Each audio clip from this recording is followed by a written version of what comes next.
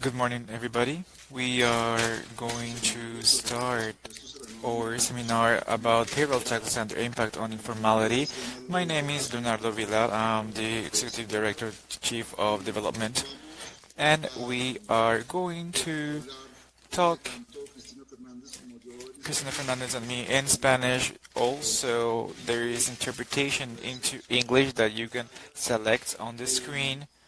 The dynamic of the webinar is going to be first a presentation by Cristina Fernandez by the work that we did about the payroll taxes and their impact on informality in Colombia, and then we will have comments from Mariano Bosch from Interment Bank of Development, Carlos Medina from Central Bank of Colombia, and Marcela Slava, teacher of University of Andes, and Morne Ostuzen from the PRU University of Cape Town in South Africa. I will make the introduction for each presenter, for each speaker, and as for Cristina Fernandez, the co-author in the work that we did. She's a researcher, developer researcher. She studied economy in the University of Los Andes, and she has a master's degree in the same university, and the NYU University. She worked as an economist of South Asia with International Bank, with Honduras, with the BAD, and as an economist with Colombia and Brazil with the CAF. Also, she worked in the Bank of the Republic as a advisor of the governor and researcher of Bank of the Republic, and currently she is a researcher of development. I'm going to give the floor then to Cristina Fernandez, who is going to have 15 minutes for her presentation, and then that is for each presenter. They will have each 10 minutes for each for the comments. Hello. As Leonardo mentioned, the work that we did was regarding the payroll taxes and their impact on informality. The first thing I'm going to tell you what was the reform that we did in Colombia. The reform reduced the payroll tax rate from 29.5% to 16% of wages. You can see on the graphic the story of contributions paid by employers to the taxes, and as you can see, a reduction from 29 to 16% meant that we had to go back to the levels of the 80s. This reform only affected the contributions made by employers and not actually the ones carried out by employees.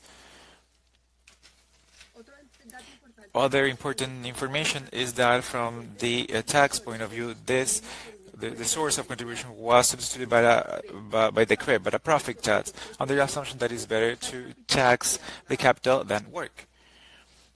As you can see on the graph here, you have the payroll taxes with utilities for different countries.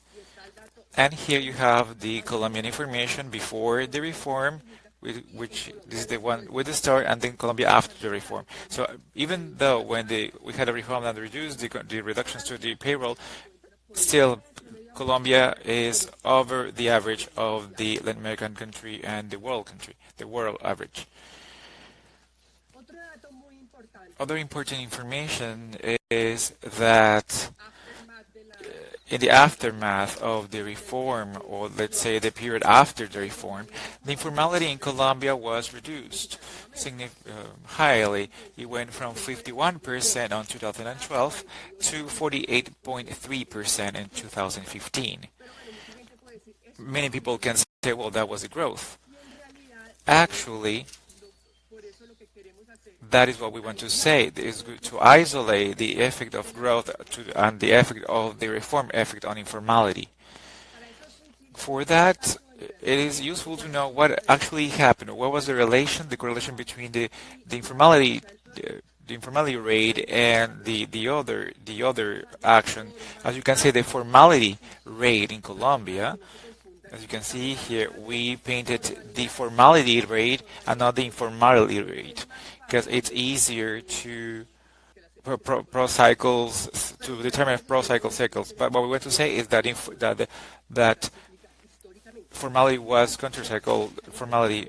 But in the latest year, we broke that relation. As you can see on the red circle, the correlation between the gap of the product and the tax in formality, it was 0.74%. And if we added the latest years, that correlation it gets weaker, and it reduces to 0.46%. As you can see, besides the growth, we have many other things that could affect the results of formality.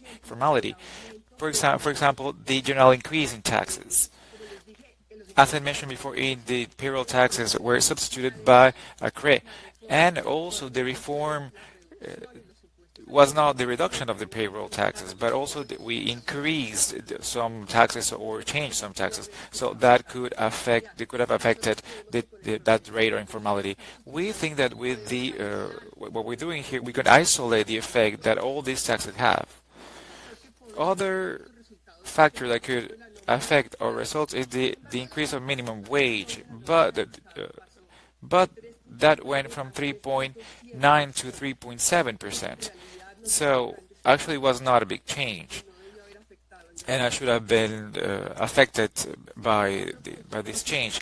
Other form was the anticipation of the reform. If we think that the agents of the firms anticipated the reform, then when we have the period before the reform and then the after the reform, we won't see the real effect. But according to their calculations, actually that was not the case for Colombia. Last, we have the increase in the minimum wage adjusted by productivity that increased in 1.8 percentage points by year. It's a little higher than previous years, but sadly, it's harder to isolate this effect with the method that we're going to use. That's why we need to think it is the joint effect of the reduction of the taxes to the payroll and a decrease in the minimum wage, meaning that the result could be greater if we didn't actually increase the wages. The method that we use to measure or to do this calculation is differences in differences. As a picture is worth 1,000 words, and you can see on the picture, but I'd rather explain this method with an example. What is the example? For example, you have the kids in a classroom, and then you divide them in two. You measure them, and in the middle of to half of these kids, you give them a medicine for growth, and the other one you don't give them the medicine. After a year, you measure the average with the kids that took medicine and those that didn't take the medicine. And what can we find? That people just grew because that's why kids do. They grow, and maybe they grow.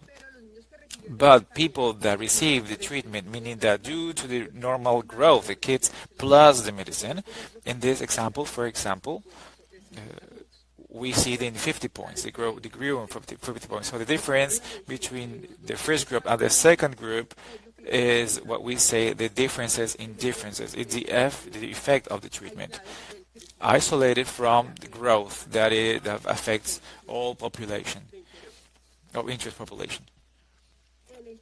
In the case of the Colombian reform, what is the treatment group?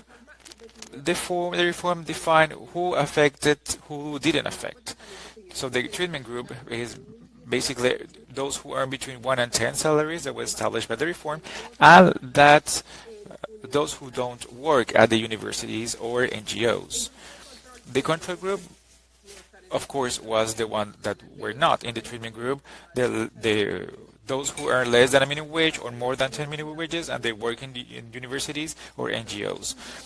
We excluded the self-employment because that is something that is differently managed, and also in order to verify the robustness of the exercise, we excluded the own account, what we call own account, in some exercises. In the base exercises, we we didn't do that. Here we can have graphic analysis. It's simple. I have the informality rate of those who were higher and the formality rate that we define as higher. What can we see on the graph? We can see that there's two series, two volatile series, so it is better to work with long-term periods. Second, even though when the reform was discussed at the end of 2012 and approved on December, they have the greatest wave, but the effects were not visible until January 2014, when the reform was implemented, completely implemented. As we can see on the graph, the effect is visible, and the informality rate in both groups actually changed. However, the problem is that in the case of Colombia, we cannot do the exercise of differences exercise directly. Why? Because we don't have a dashboard of data. That is why we have to create a data. That is why we use the method of differences in matching this developed by Hegberg, and we applied the STATA program developed by Juan Miguel Villa, that I see that is here among us in the presentation. So this procedure, what does it do? It creates a panel. How can we create that? As we can see, as we saw in the previous exercise, we don't need 4 groups. We need 4 groups. We need the ones that were treated and not treated in the base year and the following year, the follow-up year. But what we do, those who receive the medicine are the ones of the treatment of 2014. And we pick a person of each of the groups, for example, Linda, the one circled. And we look at a person that resembles Linda for each group, but we don't look for a similar person, but we look for a virtual person with the same characteristics. How do we do that? We get the average of the group, let's say the treatment group of 2012, and we give that person more value to the people that the more resemble Linda, and then we do that for each of the people of the treatment group of 2014. As you can see, it is a long process because with 200,000 observations, and the total model takes along 1 week to run. But we looked for a virtual group in each of these groups that is completely comparable with the one of 2014. And we do the same exercise as we showed you. We take the differences in differences. We take the formality rate average of 2012, that of the treatment group of 2012, that's the formality rate of the follow-up group of 2014, and the average of the formality rate in the 2014 group. And exactly as we get in the groups of the kids, we have differences in differences, and we have a reduction of 7.7, meaning that among the treated people by the reform, the informality rate was reduced by in 7 points in relation to the people that were not treated by the reform. But we need to be careful here, because the treatment people are not the whole employed people. Actually, it's less than half of it. So the real effect on the formality rate is 3.4 percentage points. We did this result with the total of the result, with total of the data, meaning raw data, excluding self-employment, and for the 13 main metropolitan zones, but the results are quite similar. Also, we applied a robustness test that we're not going to explain here in order not to fatigue you and due to time, but we applied the common support, quality of matching, meaning that the groups are comparable in terms of characteristics, physical characteristics, or observable characteristics, and we apply a placebo test, which is a quite interesting test, which is applying this procedure on the years that we didn't have the reform. So that assures that there are no other variables that are moving these results. And effectively, what we can find is that these results are not significant, and that is what we got when we did it for diverse periods. So the results are quite the ones that we can find in previous exercises. I can pick points that were done due to the recent reform. Anton found that with the reform, the informality rate reduced between 2.9 and 3.4. That is more or less what we got. We are in a high rank. The debate, and that is something that is going to be explained to you by the following presenters, finds that as a result of this reduction, the number of the formal workers was increased in 3.1 and 3.4, which would allow us to find ourselves in the high rank, and we were above the results of the central bank. But Carlos Medina is going to explain that to you later. And we did some exercises of how the distribution effects of this reform. What did we find? That is a quite simple graph that we get informality rates by quintile of income in quintile. And we found that those that are in quintile 2. Why? Because this is a restriction that was affecting especially the minimum wage. So when relaxing it is how we can see more the effects. We also found that the most beneficiaries are men between 20 and 45 years. So we reduced the mortality rate, this rate in 8 points. We also did this exercise for those men in a productive rate and separated by different type of education. And the most affected ones were those with secondary school or primary or less education. So the most beneficiaries with the reform were males in productive age with secondary school or less. As for the tertiary education, we don't have significant results. As a conclusion, we see that the reduction of 3.5 points in payroll taxes decreased approximately 3.4 percentage points the informality rate in Colombia. And that meant in productive years with low levels of education were the most favored by the reform. So that is so let's open up the discussion so we can continue. Thank you very much, Christina. Let's have some time for comments. Let's start with comments from Mariano Bosch. He's a Syrian specialist in the Interim Bank of Development. Since joining the IBD, he has leading research projects in the area of labor markets, pensions, and welfare policies. Among those were led by around the topics that we are discussing. Prior to joining the bank, he worked as a consultant for the World Bank and as an assistant professor at the University of Alicante. He has published articles in the area of labor markets and development in referred journals, such as American Journal Applied Economics, Journal of Development Economics, World Bank Economic Review, and Labor Economics. He has a PhD in economics from the London School of Economics. Mariano has the floor. I would like to thank the invitation from Leonardo and Cristina. It's a pleasure to be here talking about the results.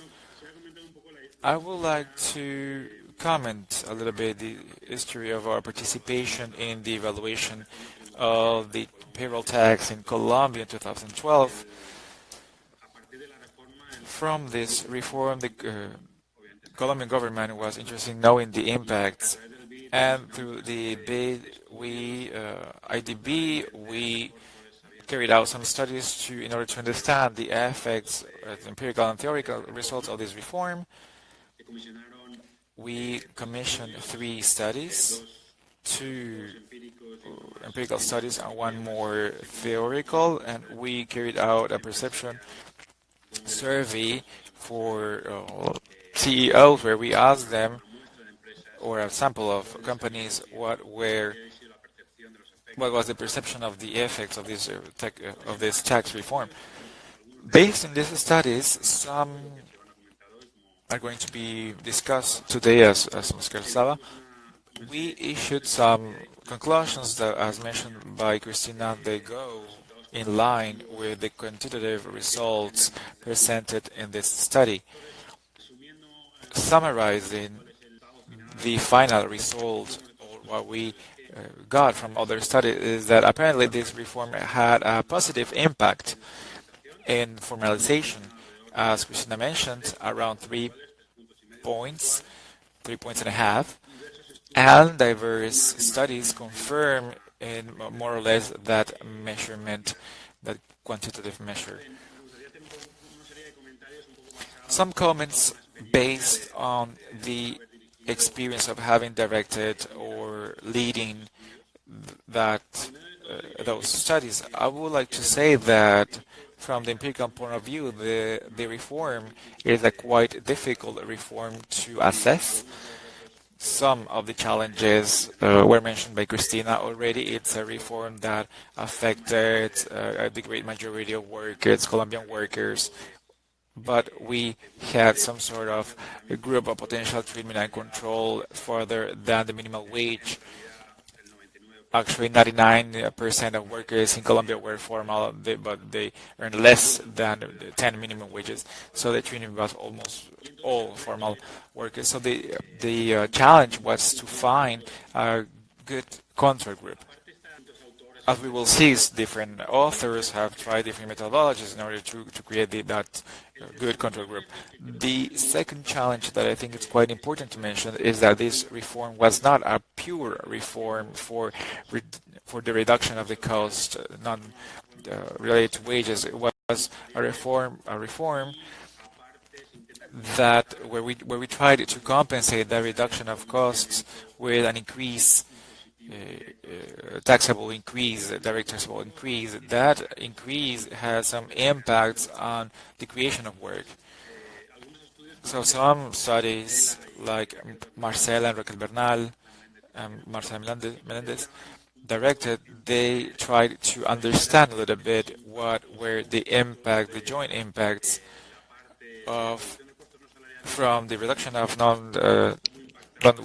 non-wage costs and how it impacted companies in their taxes. So that part is quite complex to understand because it makes the treatment group and the control group to mix a lot. You can have low-wage workers that potentially are a treatment group that are beneficiaries of the reduction of costs, but also it is a company that is going to be quite affected by the increase of the tax.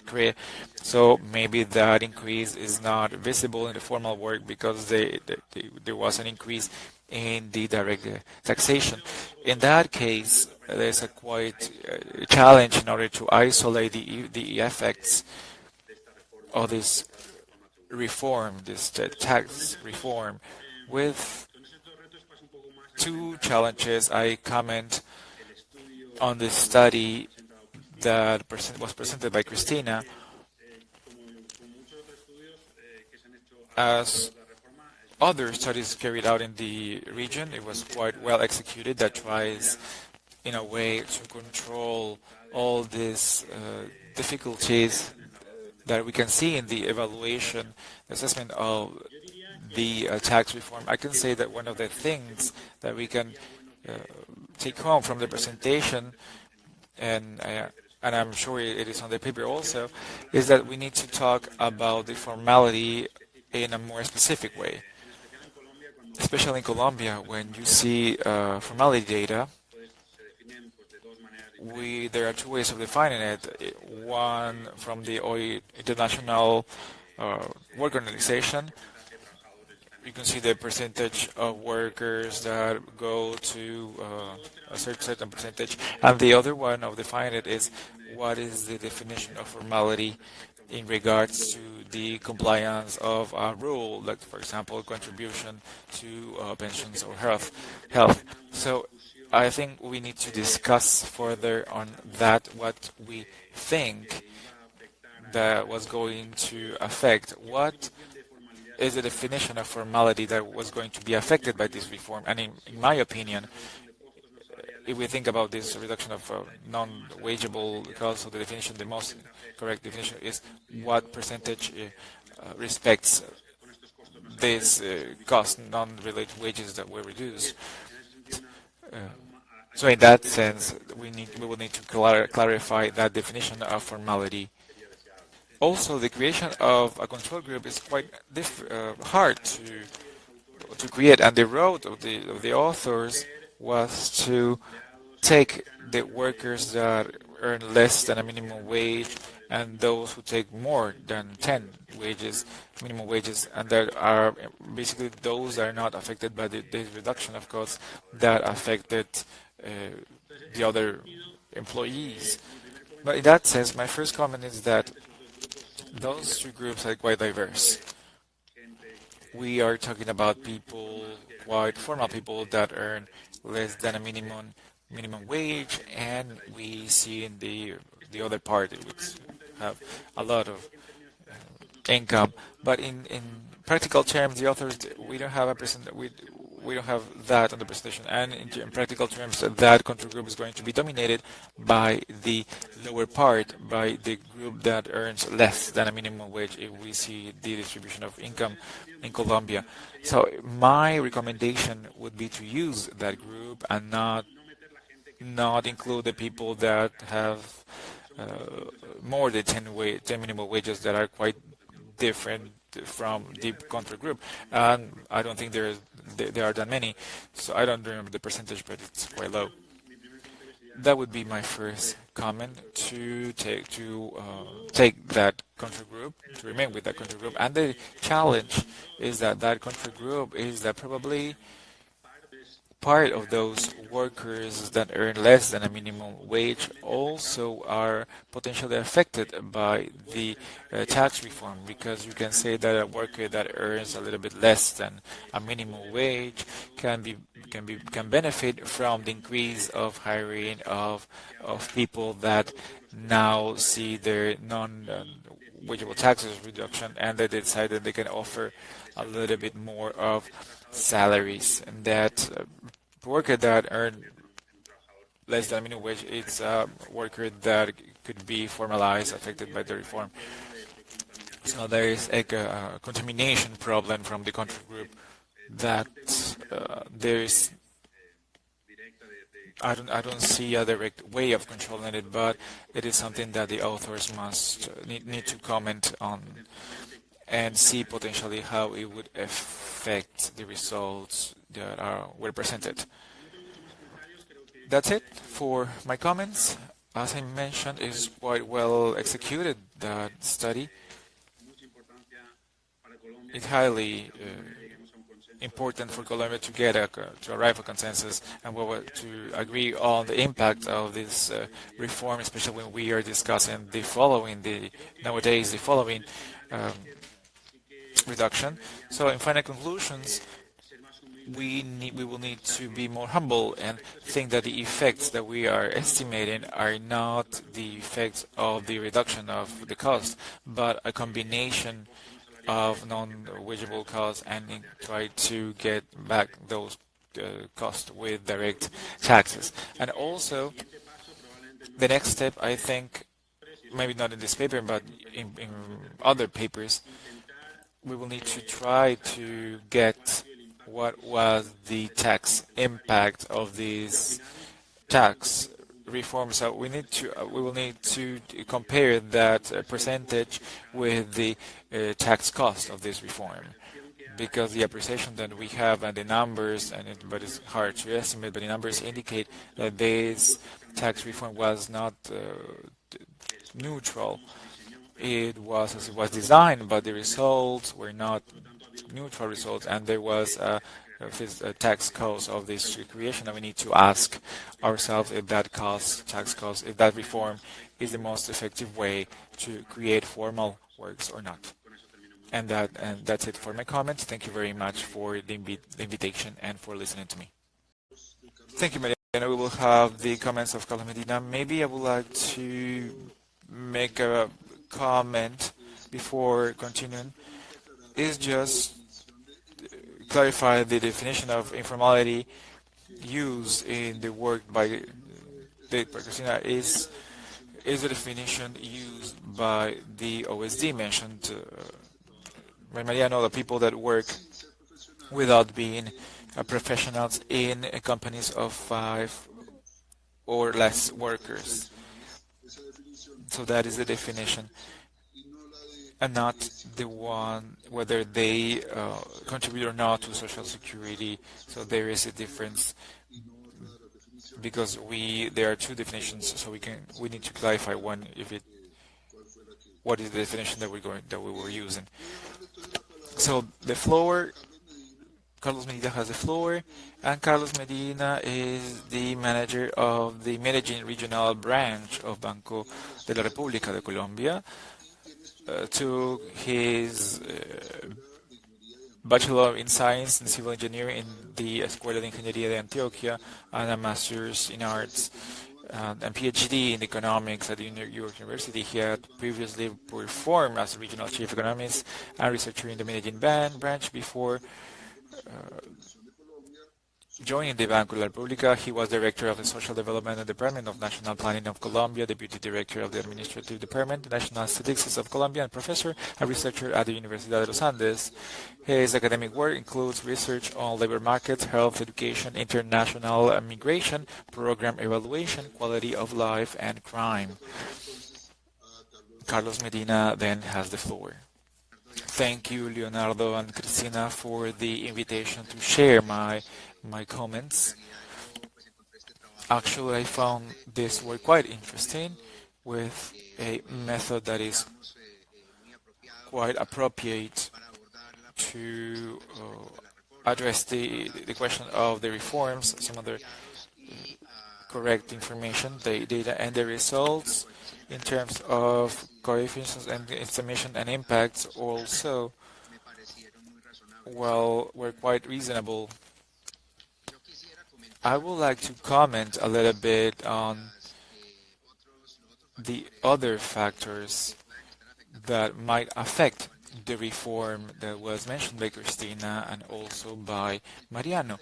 The first is that we had this, the income tax was reduced in 8 points, by 8 points, but out of those 8 points, the income tax was 33%, reduced to 25%, and then compensated with, it was compensated with the CRE in 8%. As I mentioned, as I remember, it was 9% in the transition by 3 years. So what happened is that tax in 8 points became a credit in 8 points. So taking a look at the information of collection in 2015, what we got for each point of the income tax was similar for each point of the credit, 1.6 billion of pesos. As for the collection, the only thing that changed was the name. Maybe the incentive of the firms were affected in a way, but the impact, the tax impact, not so much.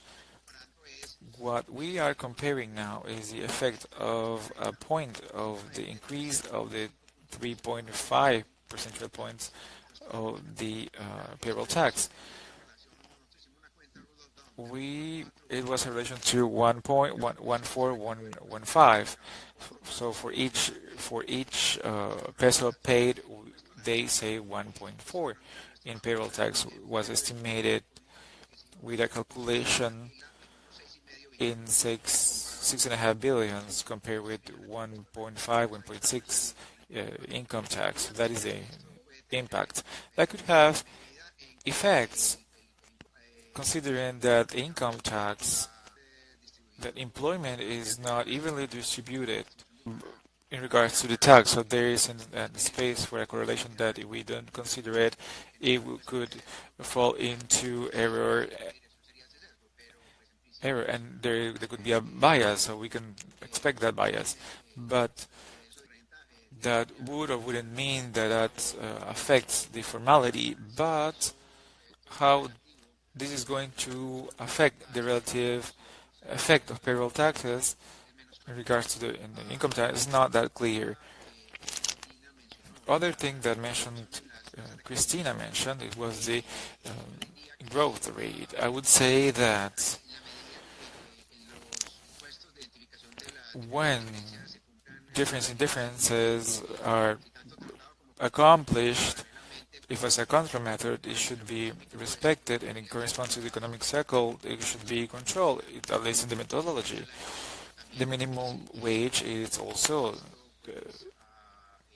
difficult, and we will need to see in this case what is the role of the minimum wage and what is the distribution of population by minimum wage in treatment and control. We have NGOs and universities. The reasonable to say is not that easy. We can see that some universities react to cycles differently from the firms, private firms, and in that sense, that would represent a challenge. But well, that would depend on that. The other thing that was mentioned by Christina was the changes in the government. As Christina mentioned, since the government change that wouldn't affect the first order, maybe the second order there was a general balance, but that wouldn't be the most worrying about the change of government. And the anticipation was the other thing of the reform.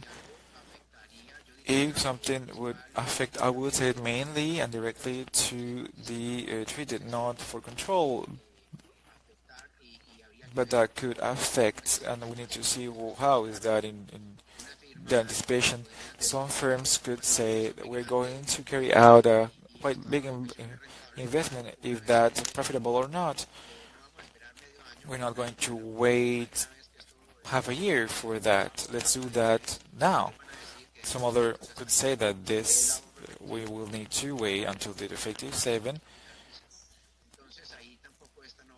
Then it's not that obvious the direction of the difficulty. I would like to mention a couple of challenges that derive from was described from by Mariano Cristina, the identification in the particular case of this work.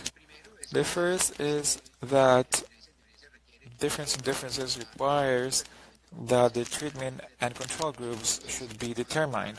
When we talk about, for example, the treatment group or the objective population group, and you observe the other population, you know who that population is if you don't have the data. So that are not able to handle that. That was predetermined. So just as interact who belong to treatment, who belong to control, and carry out then an exercise. But that same definition of the treatment group was determined endogenously because people, workers, choose endogenously the size of the firm if they can auto-select in a firm of less than 2 people or 1, according to the human capital. That could be a cleaning lady, for example, of a big company or a small company. They have the same benefits, but not the other one. One person can work with 10 or more minimum wages. Is different wages or the type of a contract, and would be included to the control or treatment. And the same thing, a person could go from NGO to university, from a private firm, so it changes from control to treatment. So that is one of the greatest difficulties. The bias in that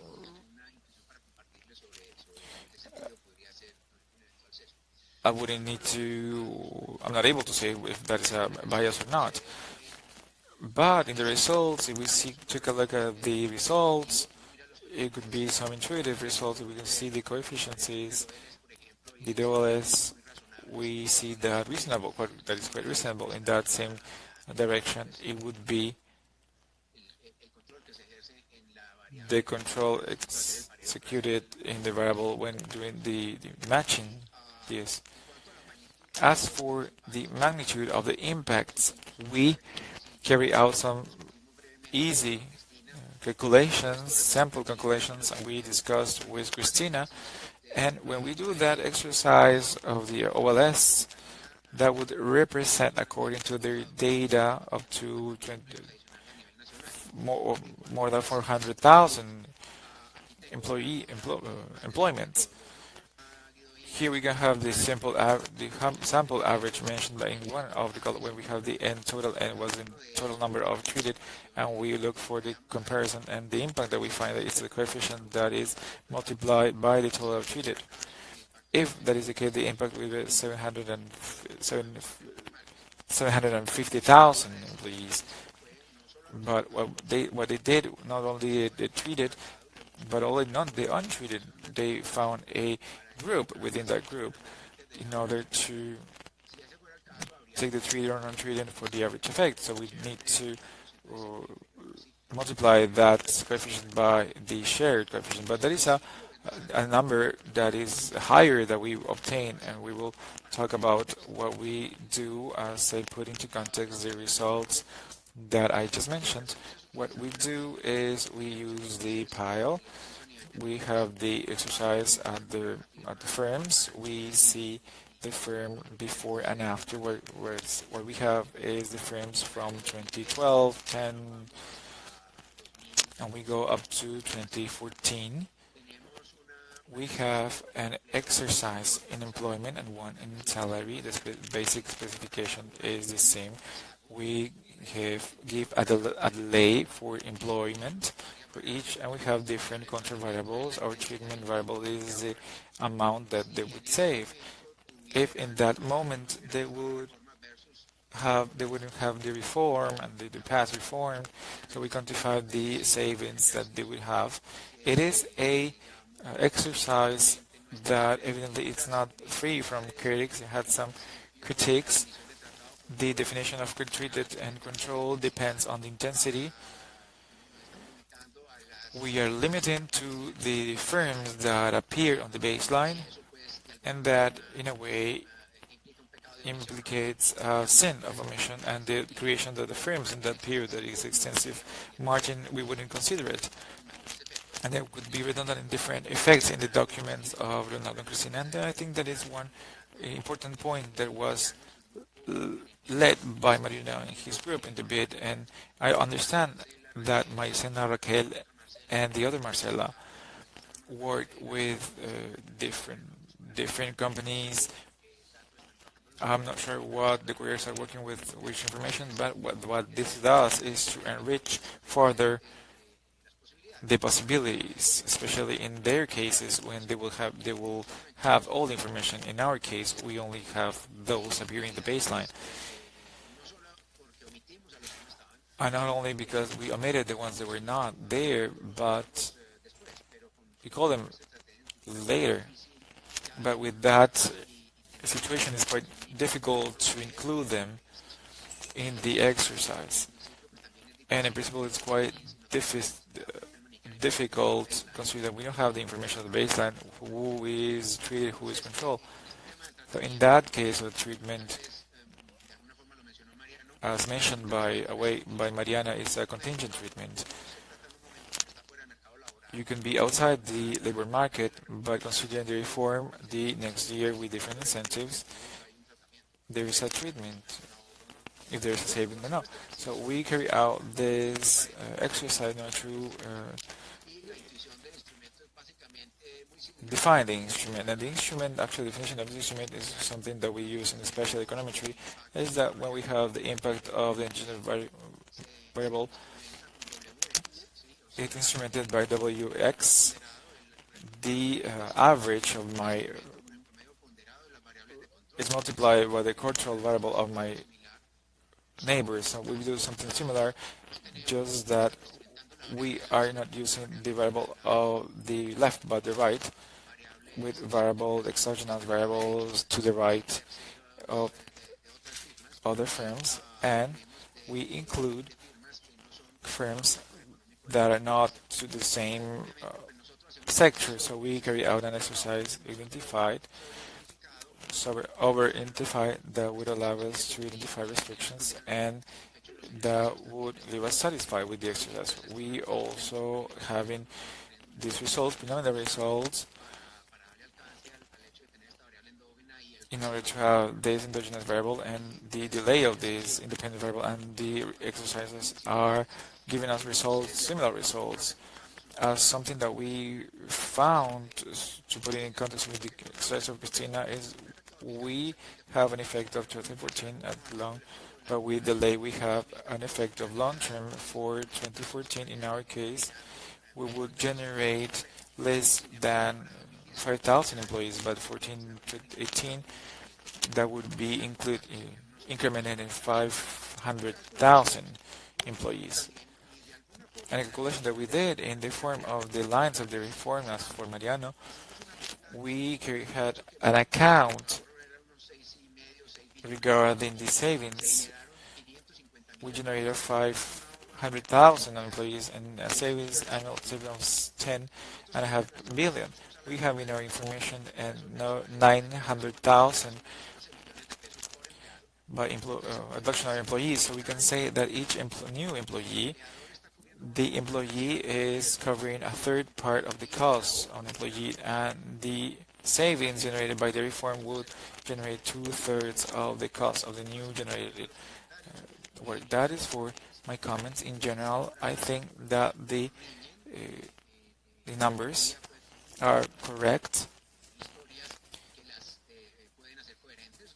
There's some stories that could make them coherent with limitations and with strength. And we will see what we could hear about Marcelo. Thank you very much.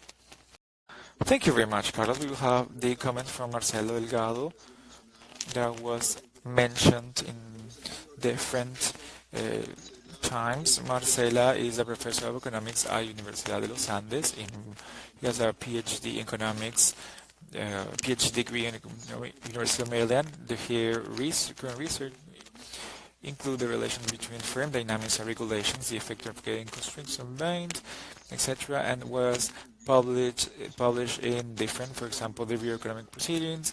She has awarded the Global Development Networks Medal for Research on Development and the Latin American Econometric Society's Mario Enrique Simonson's Memorial Lecture.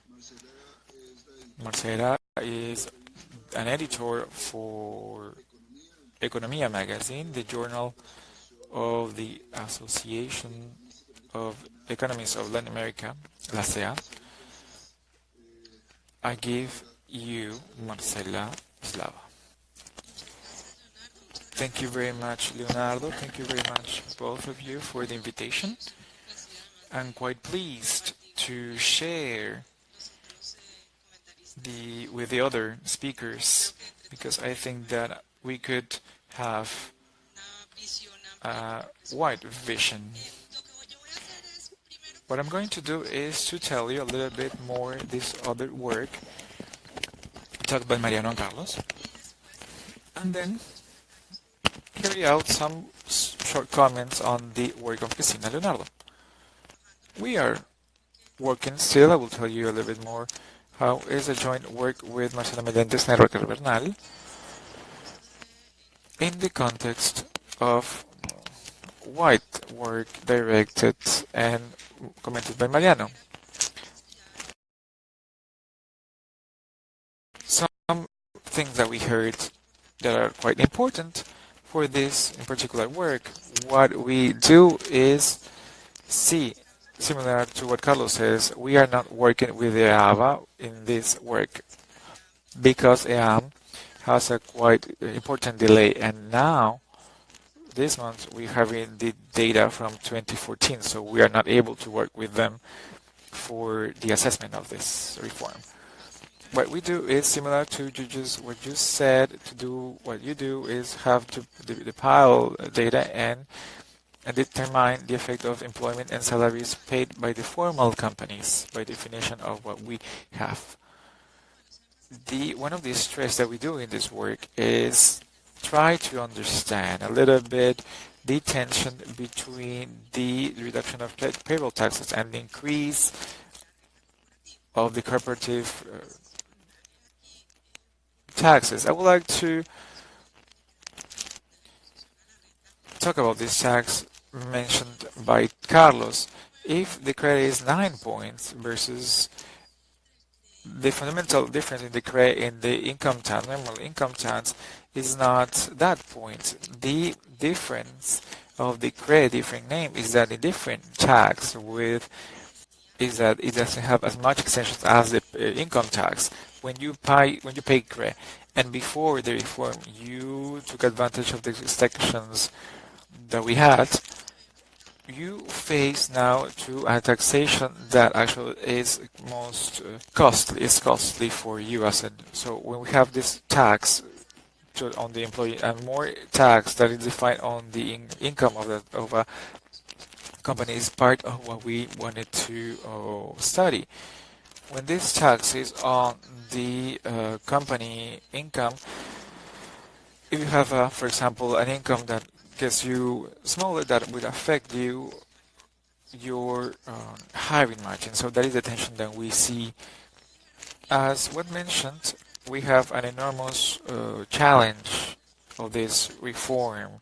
This is not an ideal experiment from the point of view of evaluation, and we face all the challenges. We have effects that we know that are there due to that, and it's excellent that we have a lot of works and that we are arriving to results that are more or less in the same range. So that in different works with different methodologies, with different data, we could construct some sort of margin of trustability of the range of the results.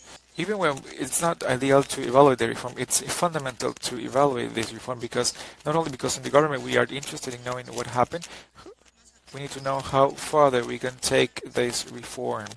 And when we have this other reform coming in the next months, what other effects could have in the reform? It is also important to know what the effect, because the reform, what is done not ideally from the methodological point of view, is that combines what we just wanted to see, which is the effect of the payroll tax with other things, and that other thing was what we looked to compensate by the credit tax. That makes it quite important from a point of view, economic point of view, because unless a country decides that they carry out this financing without payroll taxes, in our case, health issues, SENA, etc. Unless that is the case, the reforms are going to be like that. So we need to adapt. We need to ask ourselves what is the benefit, but what is the cost in terms of employment and other costs that the reform has. So I think that makes us important. That is what we give it. What we decided to make, which is the case with others, is not ideal, is to compare with a sector that is small and certainly it's not the same as the other sectors, but it has the advantage of being a sector excluded from the reform.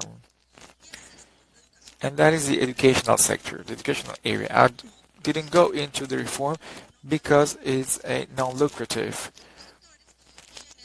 And in that measure, it was able to be compensated to the social security, and the cost was not, the payroll tax was not reduced.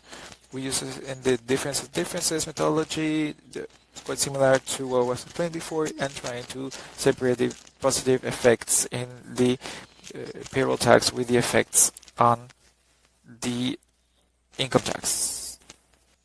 I will show you the results because we don't have much time.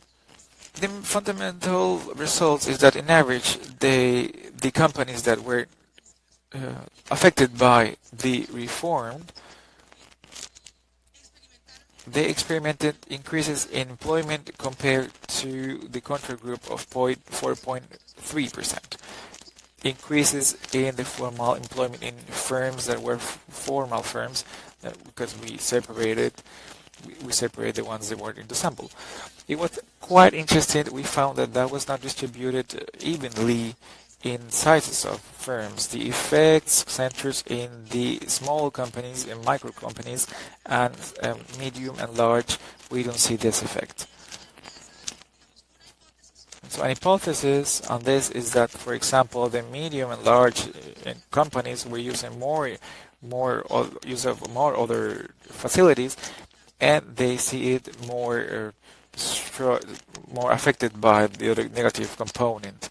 That could be the explanation of this. As Carlos, we also saw the salary effect. So the difference, you as an employer, you do not decide to use that in order to increase the excessive margin, the amount of works, but to give part of your profit to your workers.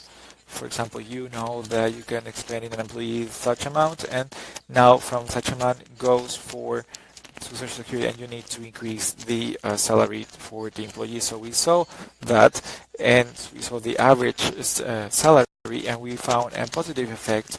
Total positive effect is 4.3%, and the total positive effect for the average employee in these companies is 2.7 points over the salary. So we see it is the strongest in the small companies, but in medium we saw that a positive effect as well. As for discomposing the positive and negative, what we did was to use the different exposition of different sectors. We have, for example, a aggregated summary of these different things was elevated to 3 digits, and that is what we use to know if what a sector was more exposed or less exposed to the CRE component. If that sector used more extensions, so the increase was harder by the CRE.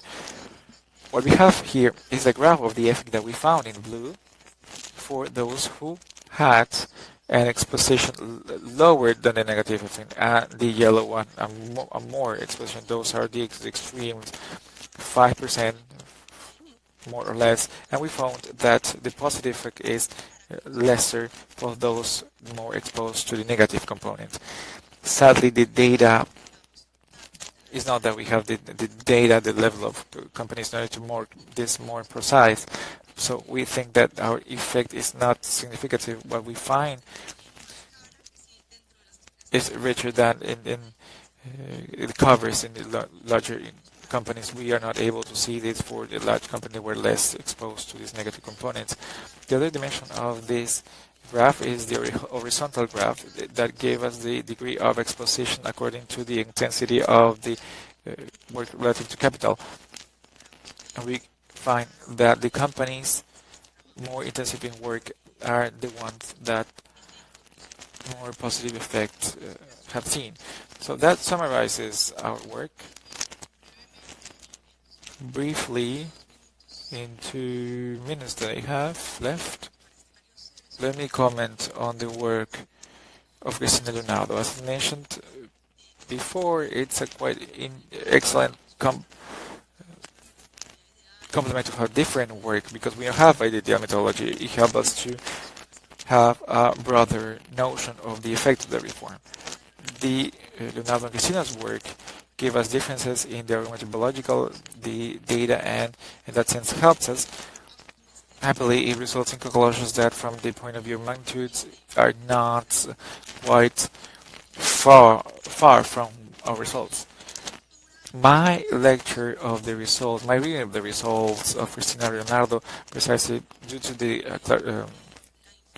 clarification done by Leonardo, is that the formality of a worker was defined in the exercise as to belong to a company of less than 5 workers. Is that what I could interpret that result as a result of the distribution of employment in size of companies. That is useful. I think that we need to ask ourselves if we need to call that informality. That is, of course, the definition of informality. But it is true that in the total level of informality, exactly correlated, different definitions are correlated. If we go into detail, that is not clear. We know that there are micro companies with everything that is formal, and we know that big companies that don't give us the account when with the payment of the taxes of the payroll taxes, and they normally pay completely. There are also companies where you can find that they don't have the company registration. In that sense, that is not the same. So we have open questions that are not able to be answered by data, but the results, meaning that micro companies are getting larger because they are not getting that taxes because they have more employees, or the employees left micro companies to other type of companies, and that is the company that the word cannot answer, but it is quite interesting to talk about them.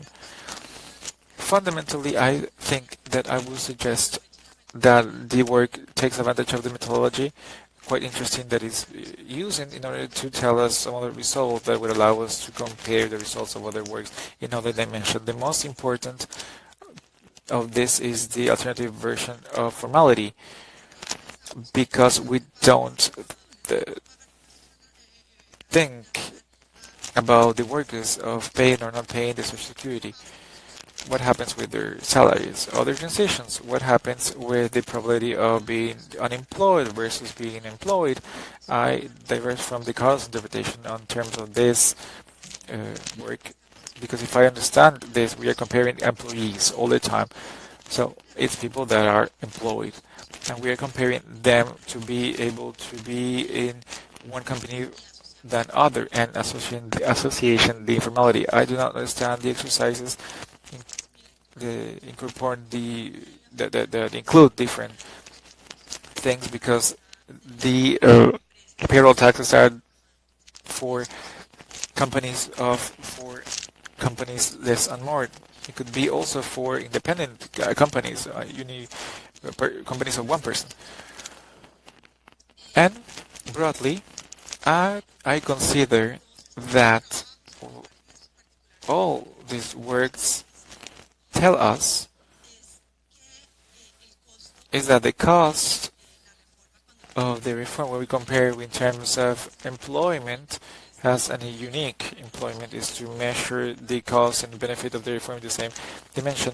Employment, we make us question towards where the substitution of employment capital depends on the tax.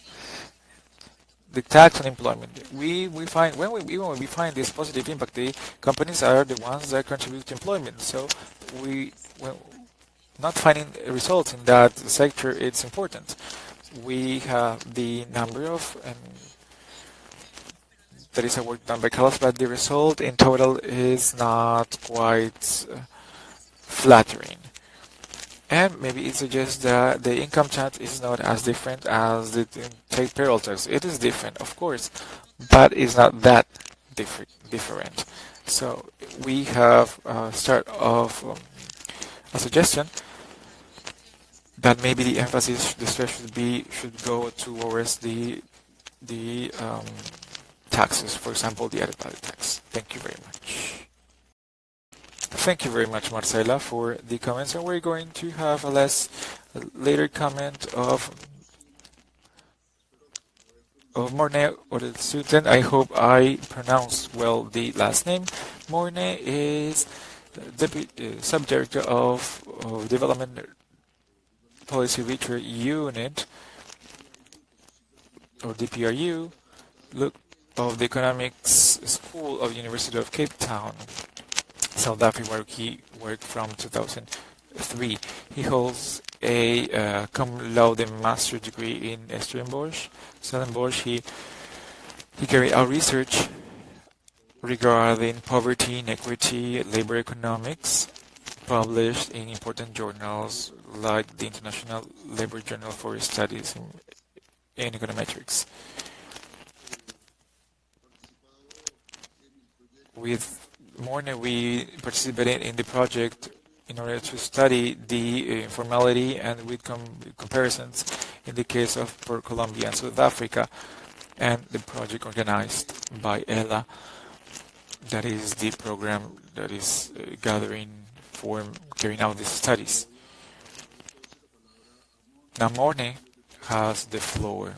I'm going to just structure my comments into two parts. I know we are a bit tight for time, so I'm going to try and stick to the not too much on the detail. But really, my comments are going to be first about the paper and about the study, which I found really interesting, and then some comments that are directed more towards what we can learn from an African perspective, what we can learn. And to try and tie it back into the Learning Alliance as well. What has been nice coming last in the program is that a lot of the things that I wanted to talk about have already been touched on, at least. And so I'm just going to touch on a couple of things. So my first comment was really about the definition of informality, and this is something that we've discussed a lot in the Learning Alliance as well, but I think what's interesting is the way that it plays out in this research as well. What some of the other speakers have already spoken about using alternative definitions as well. My concern a little bit on the definition is that once we're talking about firm size as the determinant of formality or informality, I think we can pick up some strange results, or we can pick up distortions in the results. So, for example, and if I'm misunderstanding this, then obviously I'm happy to be corrected. But if an individual is in a small firm with 5 or fewer employees, and you add if they're on the boundary, so if they're 5 employees, if you add 1 employee, then all those workers would switch to being formal. And by the definition, whoever owns the business, they would also switch to formal. So you would then have 7 formal workers. So, I mean, I think there's this sort of interaction between what we're trying to measure and the definition, and there might be issues coming from that. From my perspective, in terms of trying to understand informality and so on, I think what we want to focus on more than just sort of what is the change in the formality rate or the informality rate, and this is also mentioned by Marcela, is this idea of what is happening with the workers. So are their wages higher?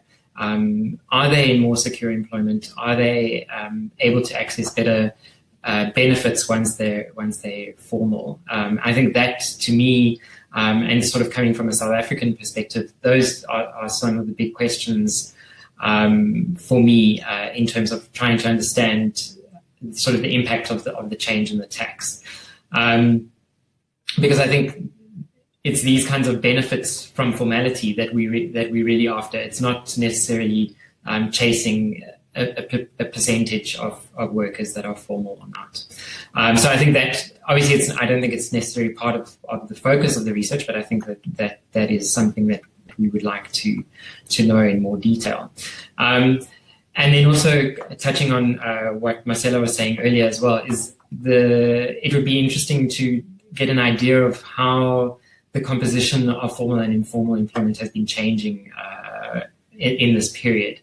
And to try and understand some of the dynamics.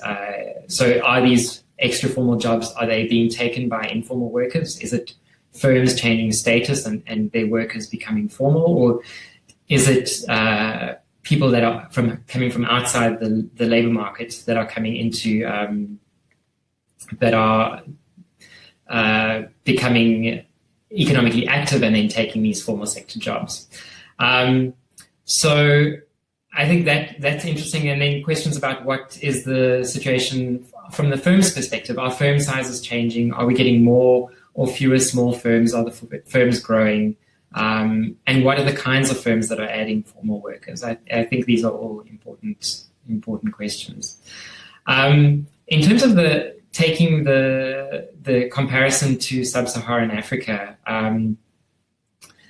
I thought I would try and have a look at the data that Christina was using to try and see where sub-Saharan African countries are located. So I don't know if you remember the graph right near the beginning of the presentation, but the payroll taxes as a percentage of commercial profits in 2015. And it was actually quite interesting to see the difference between the regions. So in Latin America, the average was 13.2%, and in sub-Saharan Africa, it's 14.1%. So only slightly higher. But there's really also a big range of values in sub-Saharan Africa. So of the 45 countries that we have data for, 9 of them have payroll taxes at 5% or lower of commercial profits. Most of these countries are actually in Southern Africa, and that includes South Africa.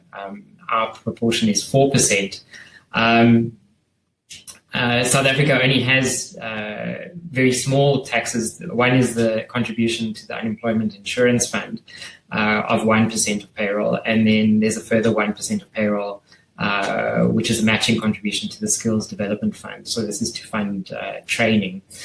But then we also see a lot of countries, there's 17 countries that are between 5 and 15%, 14 countries that are between 15 and 25%, and then there are 5 countries where it's over 25%. So sort of in the range that I think Brazil was at.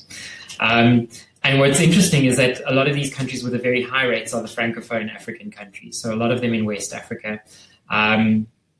And this is also quite an interesting pattern. I think if in terms of historical reasons that give rise to similarities in countries. I know research on minimum wages in Africa, for example, has found these kind of similarities that are prevalent amongst Francophone countries and very different from English-speaking countries.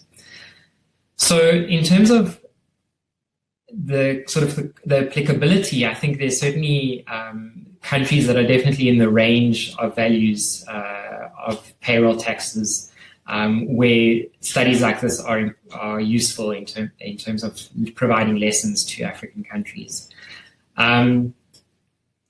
So in terms of some of the implications or the lessons that we can learn, I think the big thing that we should do is try and learn, as African countries, try and learn from these kinds of experiences.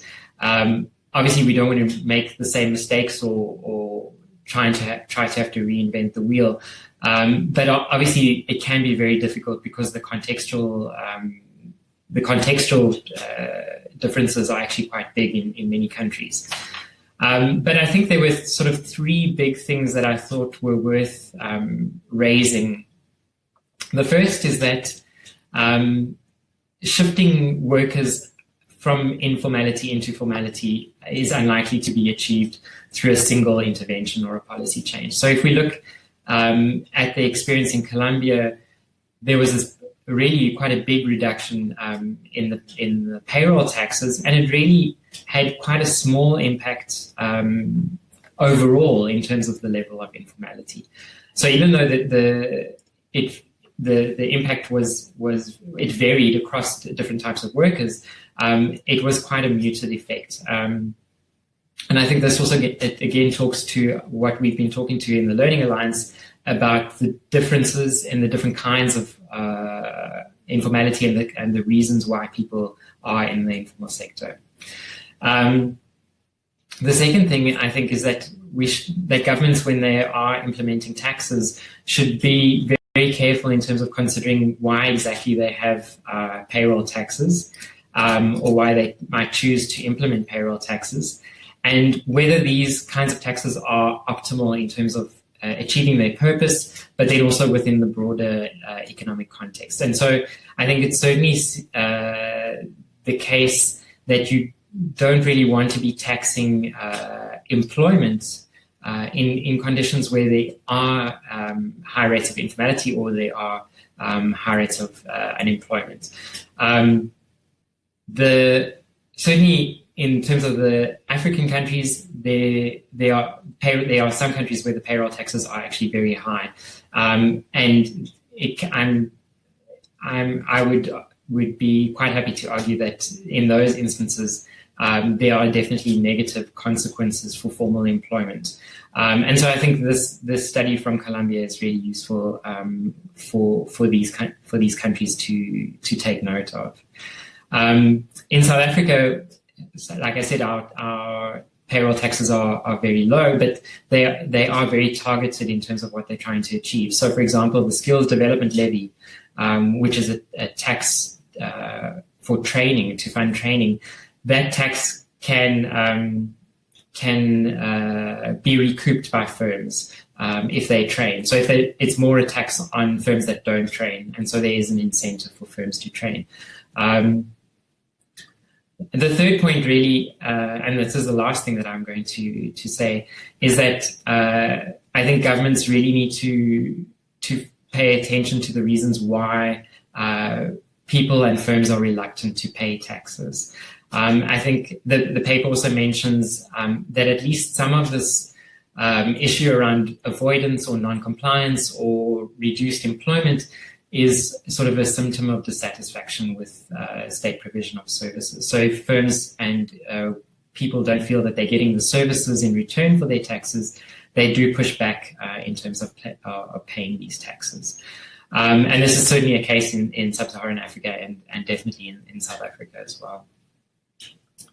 And then I think from that perspective, it really, one of the sort of the implications is that governments really would need to start understanding this reluctance, but then improving services to firms and to individuals, so that they are willing to pay the taxes and enable the state to then implement its programs. Yeah, thank you very much. Thank you very much for the comments.